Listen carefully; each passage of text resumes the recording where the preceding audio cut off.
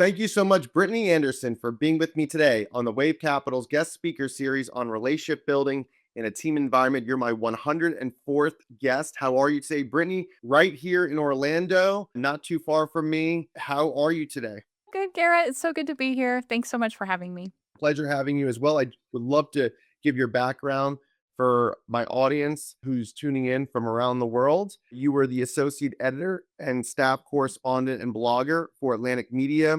You were also a digital marketing consultant for Paralyzed Veterans of America, communications officer, and senior writer for World Vision. Before your current role as founder and CEO of Renala, you were also senior manager and facilitation practice lead for ICF Next. And would love to know what inspired you to start your company, Renala. You've been now leading that endeavor for over 4 years, and you recently relocated to the Orlando area from Washington, D.C., a place I know well, a place I used to live in for almost 2 years after and before college. But when you think of relationship building, Brittany, in a team environment, what does relationship building mean to you? And what has it meant for your professional career? Yeah, I mean, it's been kind of a through line of my career in a lot of ways. The idea of transformation has been a through line. So you mentioned, I mean, my career started 20 years ago as a journalist. And so I was writing a lot about transformation in government at that time and innovation. I know those two words don't seem like they go together, innovation and government, right? And sometimes they don't. But yeah, I was writing a lot of stories back then about innovation in government and transformation. And so that kind of started there. And it was really, I think, focused a lot on the workforce and teams and how to transform the federal government through its people. It was often a theme at that time. I was writing a lot of stories about that. And then, obviously transitioned to some nonprofit work. Again, it was transformation with how, veterans were healing from significant disabilities and telling stories about that. And then later at World Vision, telling the stories of children in low resource countries and the education issues and how to get them to learn to read. We always thought of education as the one thing that could not be taken away from them. And so it was just such a powerful resource to provide to children. And it was such a gift to be able to work in the education space at World Vision, leading a lot of their marketing and communications. And then, yeah, the kind of height of my career was I stood up a facilitation practice at a big consulting firm called ICF and worked with a lot of government agencies, a lot of government teams to kind of build their culture and help them develop vision, purpose, strong brand identity, and build that team culture and build strong relationships within their teams and around a shared vision, a shared purpose, a shared set of values. And so that was really the career foundation that I had. But then also a personal connection to it was, my family nearly fell apart in 2019. My husband and I nearly got divorced.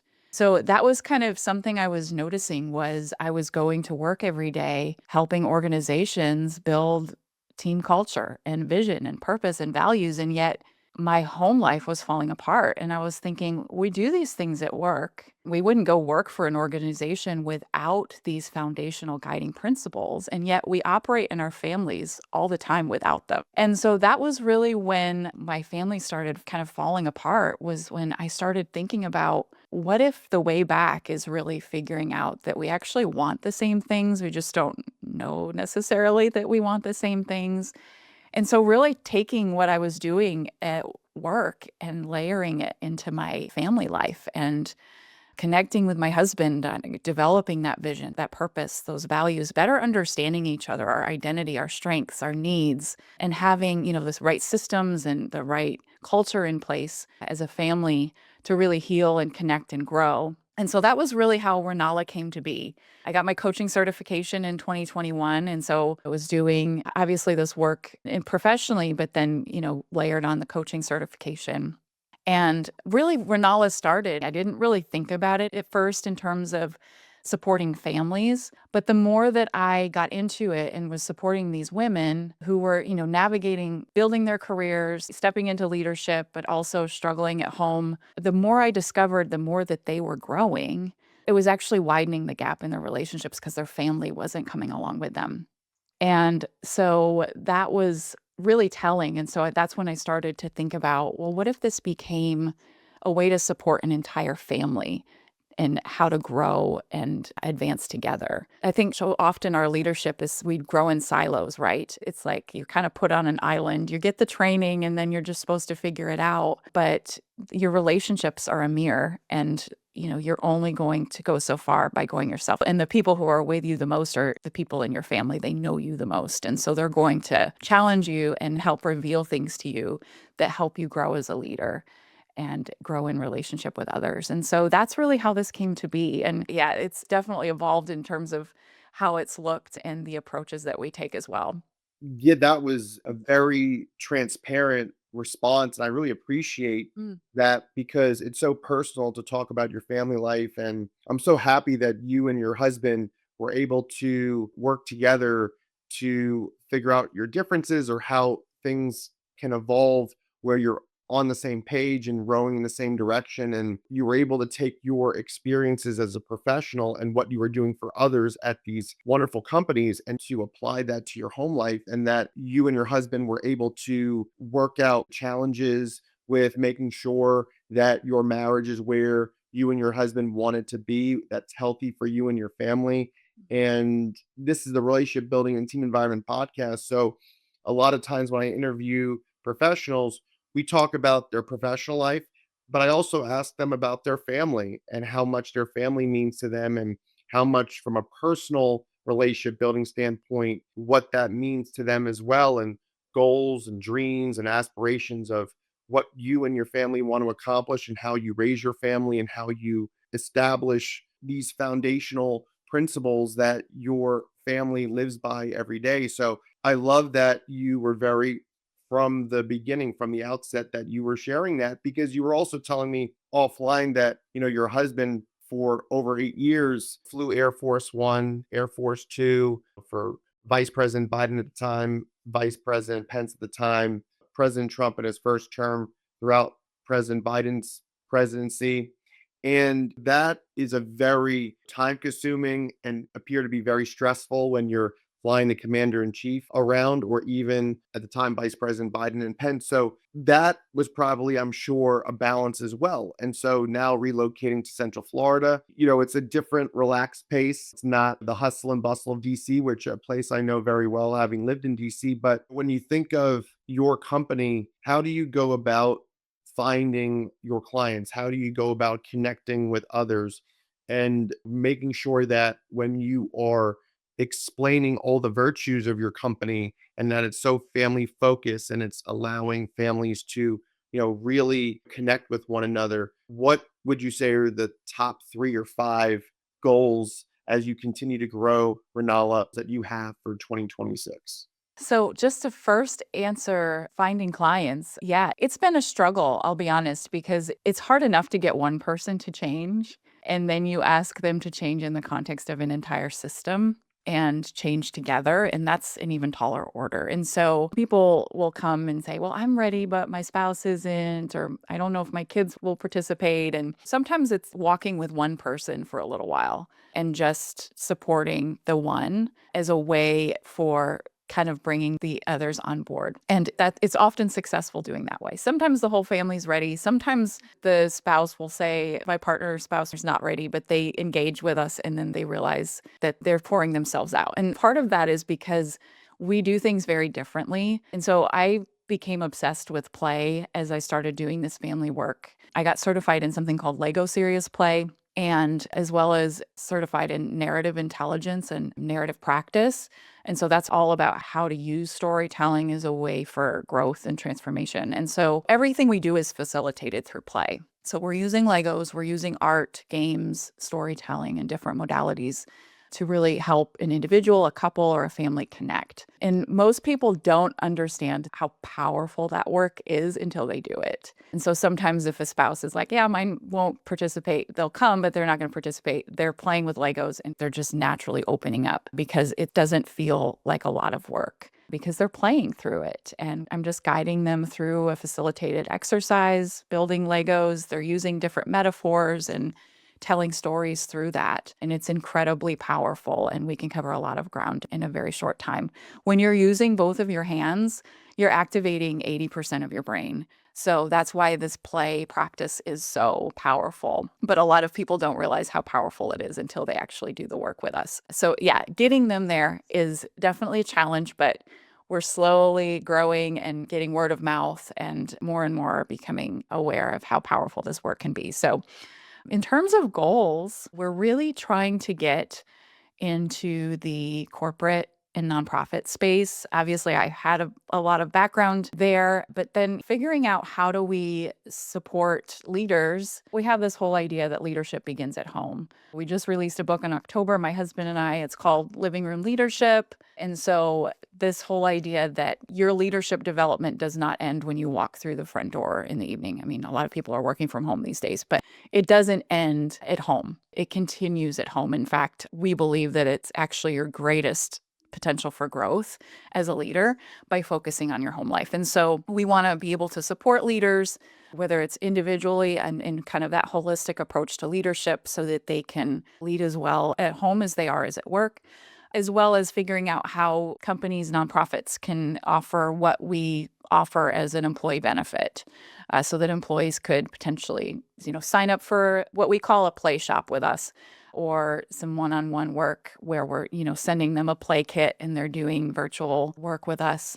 So that's a big goal for us, is expanding into that space, as well as really wanting to get others certified in what we do. Having a certification program the next couple of years would be really amazing. We've had some interest in that. So definitely want to expand, especially if that corporate and nonprofit work grows. We're going to need a bigger team to support that. We also really want to start a nonprofit and support specifically foster and adoptive families, more military families, as well as families who have a parent transitioning out of prison back into their family. And so how do we support them? And so, yeah, those are some 3 big visions. I also have a crazy vision, and you live in Florida, so you can understand this. We love Disney, we love Universal, we love theme parks. I have a vision for the future of having a theme park at some point. So it's probably crazy, but I feel like one of the things for us, especially as a military family, Disney has been such a beautiful place for us to reconnect after deployments, really hard seasons. One of the things we've noticed is we go on these vacations, we love to go, we hate leaving. And then we go home and we're just kind of like, well, that was fun. We got to wait 2 more years for the next one or whatnot.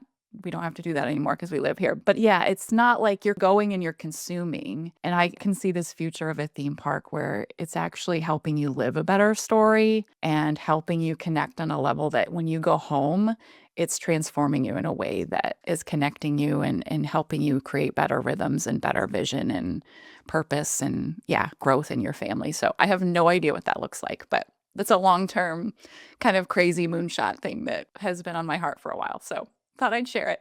Thank you so much for sharing it, because that's an incredible goal. And so many people, including you, I'm sure have very similar visions of a theme park.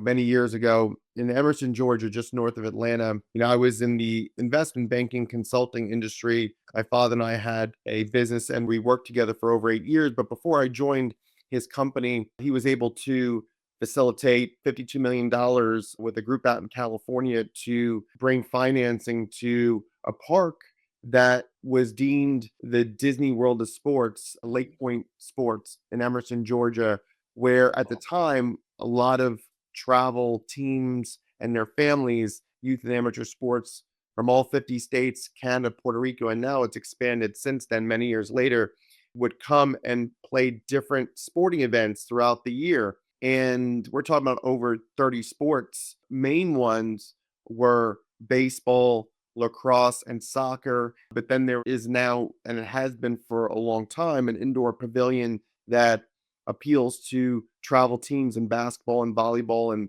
just these other sports.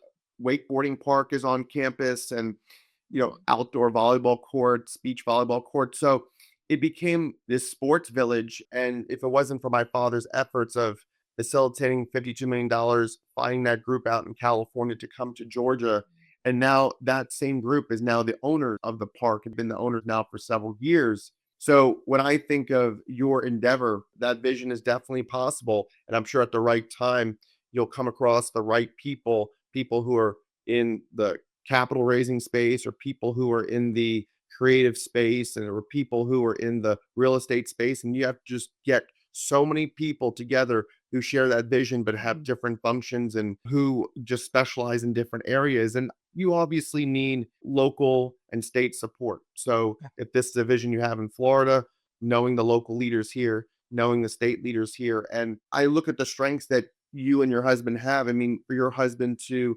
work in the federal government, being a pilot for Air Force One, Air Force Two, or you working for incredible organizations like Atlantic Media back in the day with Chuck Todd, who was a guest on my podcast for episode 56. You know Chuck from many years ago, and I know him from NBC, and he was so kind to come on my podcast. But having worked at World Vision and starting the company Renala, I recommend, thinking of all the relationships that you and your husband have, people who you have crossed paths with, professionally, and maybe former colleagues, former neighbors of yours in the DC area. Thinking of just like people who you worked with, at these various companies. And I love the idea that you're thinking more on a corporate level, who would be at these corporate establishments, right? Or these big companies. We have big companies here in Orlando. Lockheed Martin has a presence. Obviously, there are Disney and Universal, which you've mentioned. AAA has a big presence here in Orlando. And so I think of all these different companies that you could reach out to whom would share this family focused vision and growing Renala, but also the fact that you and your husband wrote a book. I am in the process of writing a book as well, and I've started the first several chapters, and it's a long-term goal of mine to finish that book. And it's based upon my experiences with my podcast, but I look at your book as like a really valuable tool where you are able to have that book as a centerpiece, where when you're going out to these groups, that you're educating them on, well, what inspired you to start Renala and why you wrote this book and how it all factors into the overall goals that you have of growing your business and strength in numbers, talking to people who are also very family oriented as well, and understanding and picking their brain about what really works in their family. And it's all about communication. If you have strong communication at home, you're going to have a strong relationship building apparatus or construct in your family. So I love where you're going with this in terms of your vision. And I believe that going to all these local companies in Orlando and some of these national companies that have a presence in Orlando, because Central Florida is a hub of so much innovation and so much creativity, and even the NASA and Cape Canaveral presence on the East Coast. And you think about how Miami and even places like Tampa, merging economies. Tampa is a great place for a lot of different companies moving into the area. So I don't think you'll have any problem, but I know I can imagine, because being an entrepreneur myself, I know that there are a lot of challenges and obstacles, but I believe that you have the right mindset and that you will do successful wonders with your company. And I'm so excited to be talking to you about Renala. And I would love to know what inspired you to write the book too. Thank you. I wholeheartedly agree. We are so glad to be here in Central Florida. It's been so amazing. And so, yeah, we're part of the West Orange Chamber of Commerce too. It's just been such a great resource to us as well, and getting connected to some of these companies here in Orlando. Yeah, so the book came to be a couple of years ago, and just last year wrote it. And, a lot of people ask me, how long did it take you to write? And I never know how to answer that question, because it only took me a couple months to write it, actually, but it was so easy to write because it was 4 years of work before that, of building and creating and testing and iterating and all of that. And so it really took me over 4 years to write it, when you think of all of the work that led up to the writing of it. But yeah, the book is really a primer on the work that we do. And so we have a framework called the Be Do Have Blueprint that has 9 different areas that a family should focus on to kind of live this more connected, growth-oriented, visionary life. And the first is the B sphere. You have to focus on, who are we as individuals? And so oftentimes we think we understand ourselves and the members of our family really well, but we really don't. I think the more that we know, the more we realize we don't know. And so this B sphere is really designed to help each member of the family understand themselves and each other on an individual level. What is my unique identity? What are my strengths? We do a lot of work with Clifton Strengths. I love Clifton Strengths because there's an assessment for adults, but there's also an assessment for kids. And so we use that assessment, but also have created our own set of resources to support families, because a lot of the materials that Gallup has created are more focused on the workplace and how to leverage your strengths in the workplace. But also, they're a little bit limited because oftentimes, when you're working in a job, you're not necessarily working within your strengths. And I can speak to that for myself.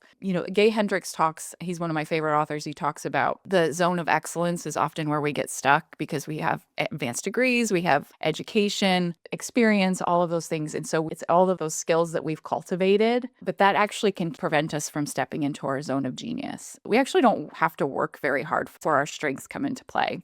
And so really, for me, I've worked in communications my entire career, but I don't even have any communication strengths in my top 10. They're close. There's I think one is 12. But when I discovered that, I was like, oh, I'm actually stuck at my zone of excellence. And I have a lot of skills that are more designed for facilitation and coaching. I'm a futuristic is my number one intellect input. And so, yeah, coaching and facilitation are more aligned with my strengths. And so, yeah, discovering that about myself was really powerful. And so we've kind of developed those resources for families to not only help parents kind of connect with who they truly are, but also children to help them grow and encourage them and support them in their strengths. So there's a chapter in the book on each of these 9 key areas. And so we talk about identity, strengths, and needs in the B sphere. And then we move to have, and that's the vision, purpose, and values. And that's who are we together? What is our shared values? What is our vision? What is our purpose as a family? And really exploring that. And so that's where we really get into a lot more deep work, especially in person when we're doing a retreat or a play shop. This year, we're talking about doing a cruise for families to do this work. So more to come on that. And then there's the do sphere, and that's the systems, the commitments that you're making, and then how are you playing? Again, play is so central to the work that we do. But when you have that deep understanding of who you are as individuals, what your strengths are, what your needs are, it helps you understand the systems. It helps you make commitments instead of just having these arbitrary, unspoken expectations of everything. You actually have commitments that you've made to each other that are rooted in an understanding of who you are. And then having that commitment to consistent play. How are we saying yes to each other as a family regularly and putting time on our calendar for each other? And what is playful for us, and understanding that is really powerful. So the book is really about how to do all of that. So if you want to go DIY all of this, the book is a great resource for that. It is hard to do on your own. I will say that. It's hard for us to do as a family on our own, even though I developed all of this stuff out. It is helpful to still have an outside person. This is the same reason an organization hires an outside person to do this work most of the time, right? We can't see what we can't see on our own. So it is hard to do on your own. It's not impossible, but the book can be a great starting point for sure. And the play work that we do with families is just so powerful in helping them connect more deeply and understand each other more deeply. So yeah, the book is a great resource for that. That's wonderful. And how can one purchase your book, and where do they have to go to purchase it? It's on Amazon. If you look up Living Room Leadership, you can also go to livingroomleadershipbook.com to purchase it through there. I know that's a mouthful of a URL, but yeah, livingroomleadershipbook.com. And Mhm. would love to know, with respect to the zone of excellence and the zone of genius, how far or how close are they? So when people are thinking about how can I tap into my zone of genius, because so many are in their respective zones of excellence, I would love to know that. My audience, I'm sure, would love to know that. And I love what you talked about earlier, where if we're using our hands and we're putting a lot of sweat equity in whatever we're investing our time into, and we're using 80% Mhm. of our brains. I want to know more about the science behind that, and what other things, for my audience and me at home, what other scientific research have you done to help you write your book and also creating Renala? To know how close you are to your zone of genius, I would say, how close are you in getting into flow state in the work that you do? And so if your work feels like you can get so lost in it that you just lose all track of time, then you probably are working within your zone of genius. I feel that now, having started a business and doing the work that I truly believe lights me up and gets me into that flow state. And it's not to say that I don't ever burn out, but I do from time to time, just because running a business is hard. There are some things, especially as an entrepreneur, that you have to do that are not in your strengths or your zone of genius. And so that's what burns me out. But it's the actual work itself does not. It never does. It leaves me energized. And so that's really a hint. And that's really a clue that you're working in your zone of genius. For me, 20-year career in communications and journalism, I have degrees in that. I've won awards. I've gotten promoted for those skills. And I loved the work that I did, but it also was very telling of, well, I wasn't working in my zone of genius because I was getting burnt out a lot.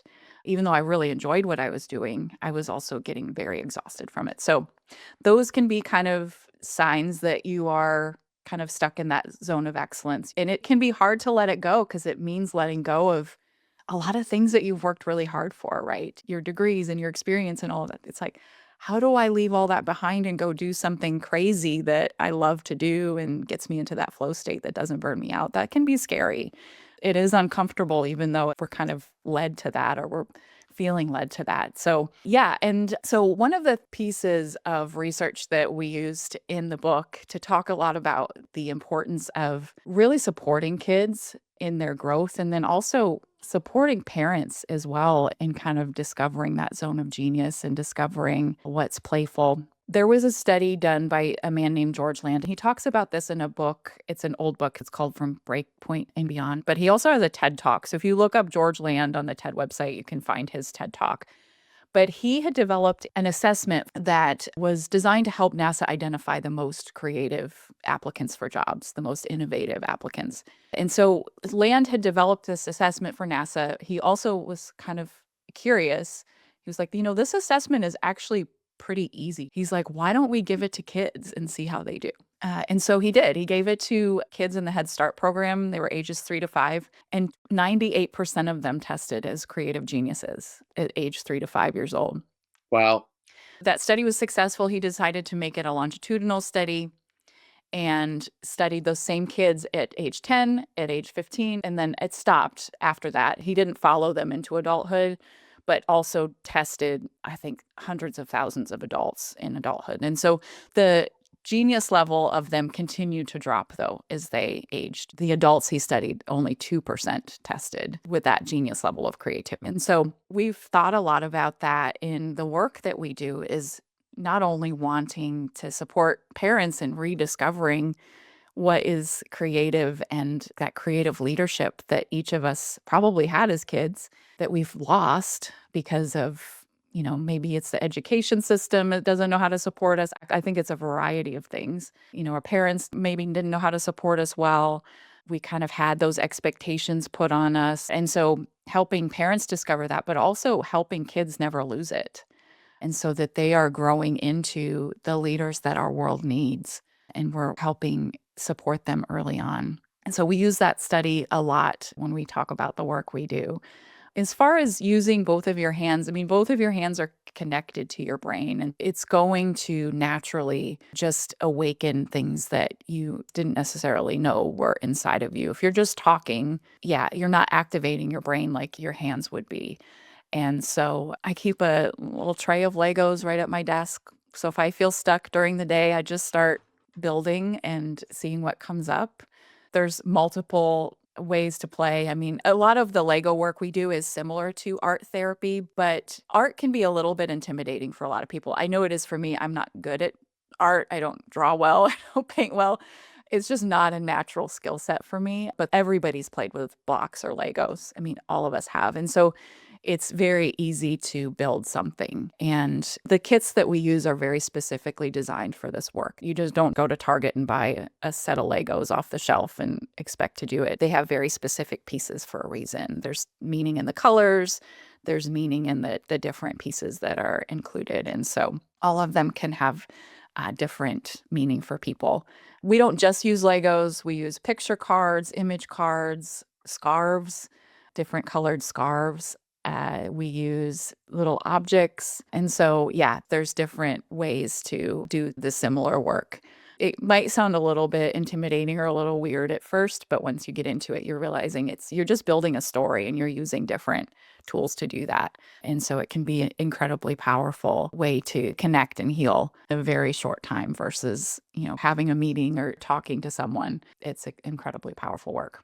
It is. And when I think of how much time or what the thought process is based upon certain colors or textures or the type of materials, and you even said that they're a special type of Legos where Mhm. there's intentional thought to what type of color it is or how it's shaped and how they fit together. So, talk to me a little bit about that. And I love how, even for you to have it at your desk, I mean, it is very therapeutic. It Mhm. is because you feel like just for those few moments or few minutes of crafting something, it really allows those brain synapses to be firing on all cylinders. It allows you to think critically, think strategically, and think intentionally about, hey, I don't have something created today, but tomorrow I will. Or in the moment, I don't have something created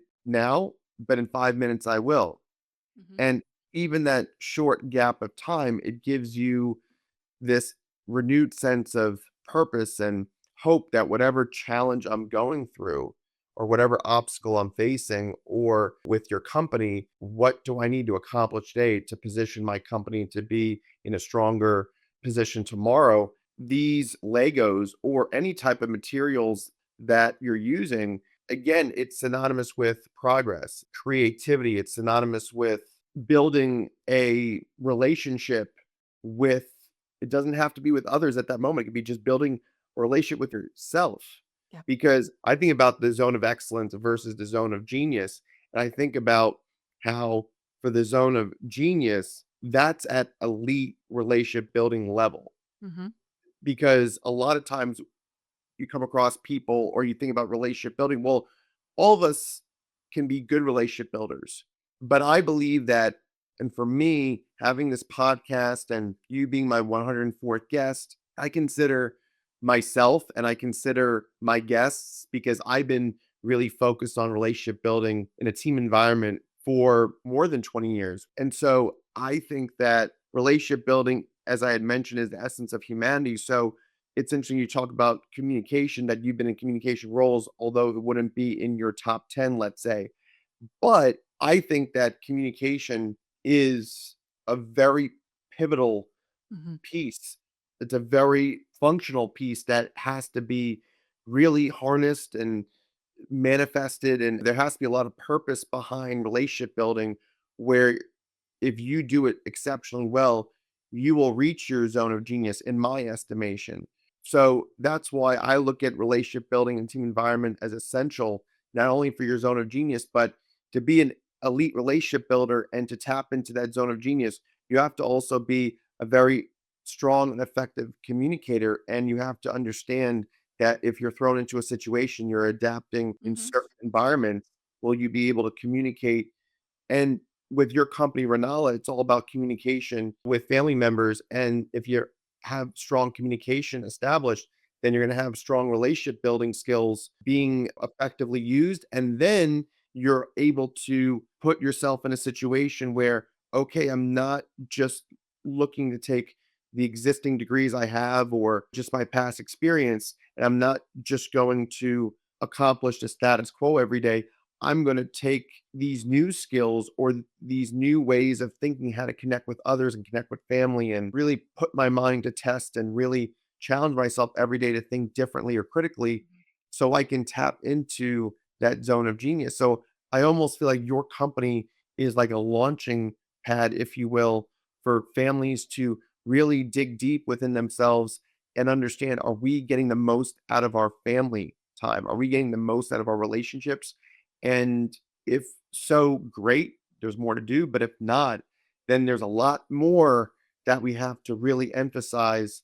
And you are a living example of it because you experienced in your marriage back in 2019 that you wanted your husband and yourself to not just be in your zone of excellence, you wanted to be in your zone of genius. And, I love that you have this company and you wrote this book and they work in tandem because with these certifications that you've gotten, you're able to now counsel others. Mhm. And when I think of the military, when I think of professional or collegiate sports teams, when I think of all these corporate CEOs but even small businesses and entrepreneurs, everybody, no matter who you are from any walk of life, no matter where you come from, how you grew up, what your experiences or relationships have been with your family and friends, if everybody can tap into their zone of genius, they will do amazing things. And it's what our country needs right now more than ever, making sure that we are developing young people to be tomorrow's leaders. And so that's what I pray as well for not only our country, but around the world, because we're a global Absolutely. village and Mhm. Renala can apply to anybody around the world. Mhm. So I love that we're in Central Florida, but the sky Yeah. is the limit. We have a global mission. I mean, Renala is named after the baobab trees in Africa. One, because those trees are incredible trees. They're a metaphor for a variety of reasons. But one of the big questions we ask families is what if your family tree became less about the past and more about the future? And so that's, the guiding question is, I think we tend to think about our family trees as all about the past, but we don't think about what are we creating for the future, that we actually have the power to create what the future branches of our family tree are going to look like by being intentional, by being visionary, by being connected to ourselves and to the people around us. And so, yeah, I love that you mentioned this kind of global vision because that's what we have in our idea. The whole idea is rooted in these baobab trees, which if you go to Animal Kingdom, that's the tree in the center of the park is a baobab tree or a renala tree. So yeah, I love all the things you said. And I would agree. I think oftentimes we think of communication of how do we talk or how do we communicate what we need or who we are. But also, it's very much about listening and giving feedback, taking feedback, being vulnerable, and also, holding others' vulnerabilities and supporting them in those things. And that's really the mirror because our relationships are a mirror for us, whether we're starting in the family, we're talking about team building at work, we're growing and learning more about ourselves through our relationships. And that's how we learn to communicate well.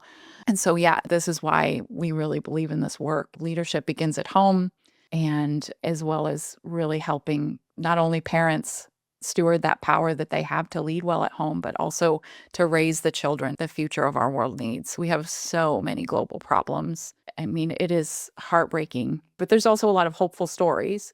But we want more hopeful stories, right? We want more hope. We want more people leading and growing and solving problems. And we need to steward the leadership inside of our homes to do that, to bring that future forward. And do you feel that with the rise of artificial intelligence and how AI is really dominating the public and private sectors in a lot of different industries, from healthcare to cybersecurity to real estate to sports, just the business world in general. And when you think of your company and it's all about raising awareness of how we can keep the family unit together and develop relationship building and leadership qualities and team building qualities within a family. The family construct is the most important in the world. And people who are faith based and people who, rely on the community and their neighbors and who are Mhm. involved in civic duties. I love that you are part of the Chamber of Commerce here locally in the Orlando area. And when I lived in Charlotte, North Carolina, I was a board of director for one of the main chapters of the Charlotte Chamber of Commerce, which is now called the Charlotte Regional Business Alliance. But I love the 2 years that I was a board of director because it allowed me to connect with so many Mhm. business professionals and entrepreneurs and corporate leaders and people who are government leaders, local leaders in the city of Charlotte. But, when I think of artificial intelligence, and it's so hard sometimes to wrap our minds around, what does it mean for our future and how artificial intelligence is erasing people's jobs? It's really eliminating the workforce. It's in some ways it's affecting people's productivity, and this is causing a lot of consternation and Yeah. fear, and people are getting frustrated. People are worried, well, how am I going to adapt, and how am I going to take care of my family if I have to learn these new skills that, Mhm. depending on where they're at in life, what stage in life they're at. So when you think about artificial intelligence, and when you think of just us having to deal as a society here in America, the division that our country is facing, that we've had for more than 2 decades, and it's a division that is stoked by a lot of fear and Mhm. misinformation and disinformation from tragically this current administration and President Trump's first administration. Now, we did worry about obviously safety and security that goes back 250 years, sure. Mhm. But I mean, in terms of having to fear about immigration policy, or having to fear about our elections rigged or stolen. And there's no evidence that our elections are rigged or stolen. We didn't really have these widespread fears that we had to worry about immigrants coming to our country, or taking our jobs, or changing our quality of life. That never was the focal point until disinformation and misinformation. I believe that your company can solve a lot of problems out there by quelling any fears or concerns, even in that regard. So, is there a place for Renala where there's an answer to how to get people away from screens and get people away from technology and go back to this traditional sense of belonging and community engagement and working together? And is there an answer to, yes, AI, but also an answer to division? Yes, yes, and yes.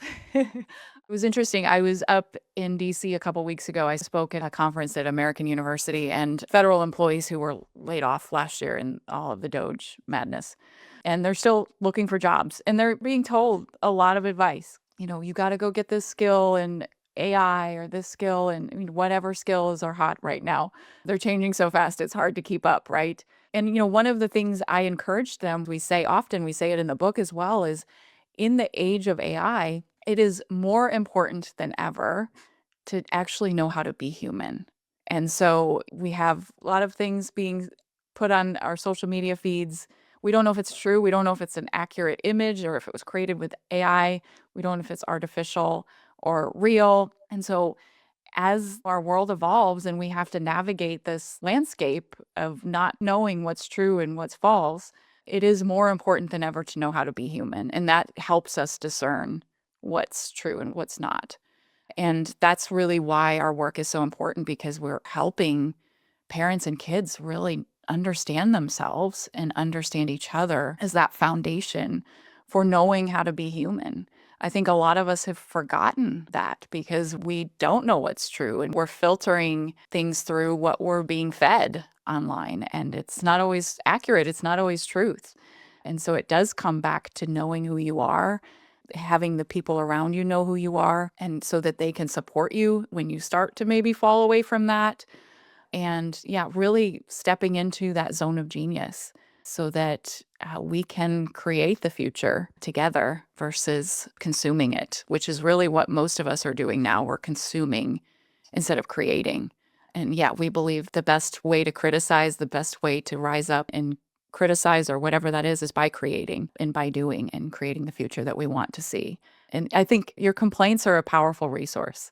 And oftentimes when we're leading families, we're often asking, what are you complaining about right now? Because a complaint is a latent vision. And so if you are complaining about something, it's revealing a vision for the world that you want to see. So what is your role in that? How are you bringing your genius to that? And so, yeah, learn how to be human. I know that sounds like a very idealistic approach to very deep, hard challenges, but really our humanity is what binds us and what saves us. And so coming back to that center and that anchor, especially beginning in your family, is so important, especially with this future that we don't even know what's going to happen or how things are going to change.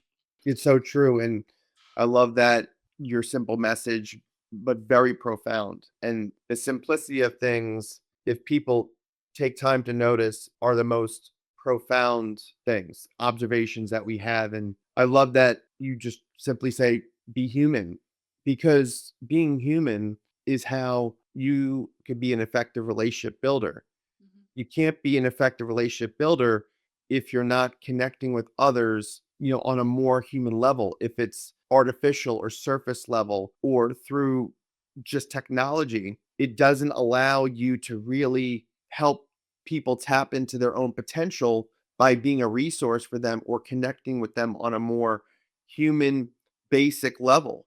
I mean, because humans have basic needs. At the bare minimum, we all have basic needs that have to be met. And so that allows people to master your zone of excellence. Your zone of excellence allows you to accomplish your basic needs, but the zone of genius allows you to fulfill goals that feel hard to accomplish. I believe in the strength of numbers, and I believe in individual gifts helping people by collectively becoming a unit and to foster all of those gifts to accomplish more great things in this world. So, when I think of connecting people on a more human level, that's so important. And I would love to know also, who were your mentors growing up and who were the people who inspired you? And are there any public figures or celebrities who have strong influence when you think of like influencers, say, are there people you foresee yourself partnering with for Nala because they could be a part of a board of advisors for Renala because you identify with their messaging and you identify with their vision and that you can relate to their platform and what they're trying to accomplish. So I would love to know that as well. In 2022, we partnered with Astoria and Harris III. I had been going to a conference since 2017. I started going in 2017. It's called Story. It's in Nashville each year. And Harris produces this conference, him and his wife, Kate. And it's an incredible conference. It's like the Disney World of conferences. It's not just about how to tell good stories, it's really about how to live a good story. And that has really influenced my growth over many years, and I think was foundational in starting Renala was being part of this conference, but the community of people involved in it. And working with Harris in 2022 as a coach, as a mentor when I was starting Renala. And it's been such a gift to be part of that. And then about a year and a half ago, we started talking about partnering together because the work that we're doing is very central to the work that he's doing as well in terms of trying to get the world to be better storytellers and to live better stories and to transform. His thing is he's big on wonder, especially being a former magician and still is a magician, but doesn't do it a lot. But this idea of wonder is central to kind of the work that he does. And so we talk a lot about childlike wonder because one of his big frustrations as a magician has been in the past, he'd do a magic show and everybody would just be in awe of what he was doing. Now he'll see people in the front row Googling how he did it. And he's like, no, just sit with it and allow that mystery to be present. And so kind of bringing back that sense of wonder. So that's been a beautiful partnership to be part of. And they published our book. Their company Astoria has a publishing imprint. And so, yeah, it's been a really great partnership. I don't know about the future in terms of who else. Gay Hendricks, I adore him. I love his work. It's informed a lot of what we do. He's probably my favorite nonfiction author. The partnerships going forward, yeah, the sky's the limit. I feel like this is so central to everything. The family is so central to everything. So I can see multiple ways that this can grow. I did apply for the George Bush Leadership Institute program because we want to pilot our work on a military base here this year. So still waiting to hear about that. I'm hoping that works out, but there's definitely going to be some mentorship opportunities with that as well, and hoping that that definitely works out this year because we would love to get our work into the military space more broadly as well and support military families since that's so central to our own story. Well, that's truly remarkable. And I want to thank you for your time. And it's been very inspiring for me and my audience to see what you and your family have accomplished with Renala, the book you've written, and all the various people and organizations you're trying to connect with. And I totally agree with you focusing on the military aspect. And I hope that you're able to connect with President Bush's team to develop that partnership because that would be truly extraordinary. And I just love the fact that, yes, this partnership with Harris III out of Nashville, I think that's a wonderful key relationship that you've developed, and looking forward to hearing more about that, and would love to stay in touch because we're both local here in the Orlando area. So if there's anything I can do to be of assistance to you and your organization, please let me know. And I always speak with all of my guests offline, seeing how I can help. And, I'm a fellow entrepreneur and former business owner. So I understand and truly appreciate everything that goes into developing a company that not only you have a passion for, but that you can connect with so many people who have an appreciation and interest and willingness to want to utilize all the services that you provide and want to, make their lives better, their family lives better, their communities better. So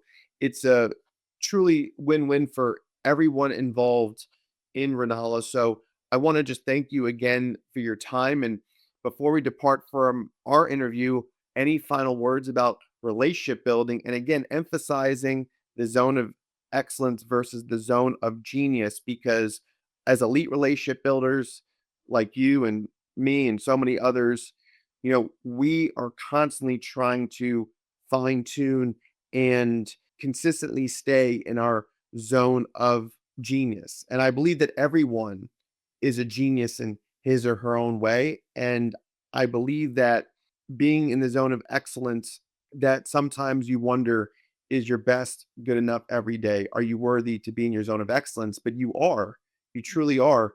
And you know that if your best in your heart of hearts is good enough, you're definitely in your zone of excellence. And therefore, you're not that far away of tapping into your zone of genius, because again, in my opinion, we're all geniuses in our own ways. It's just always recognizing that, appreciating that, making sure that we're challenging ourselves and pushing ourselves to achieve greatness every day. So the floor is yours, Brittany. Final words of wisdom before we depart from our interview with respect to relationship building. I would challenge everyone to play because play, again, it activates up to 80% of your brain. How children play, particularly between the ages of 10 to 14, is a portal into how they're going to show up in relationship as adults.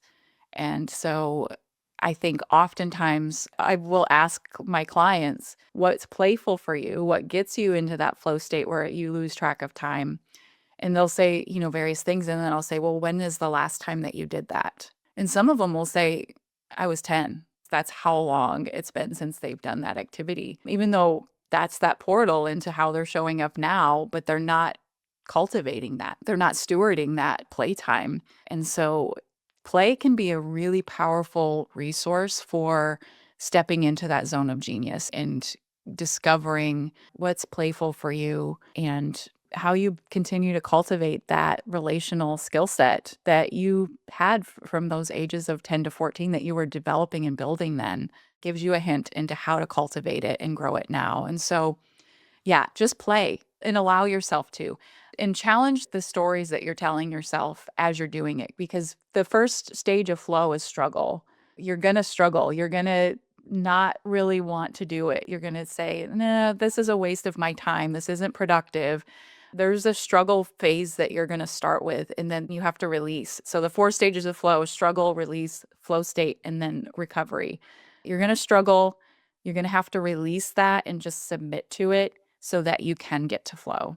And then after you get into flow, how are you reflecting on what you learned? And that's that recovery stage. And so those are all key important pieces of our stepping into our level of genius that we need. And it can be really hard. And so that's why the work that we do is so important. We're helping people to rediscover how to play for themselves, but also in relationship to others, and how to get them into that flow state so that they are coming up with creative, innovative ideas that AI can never do. So that is your greatest differentiator, is learning how to play and discovering who you are and how to be human.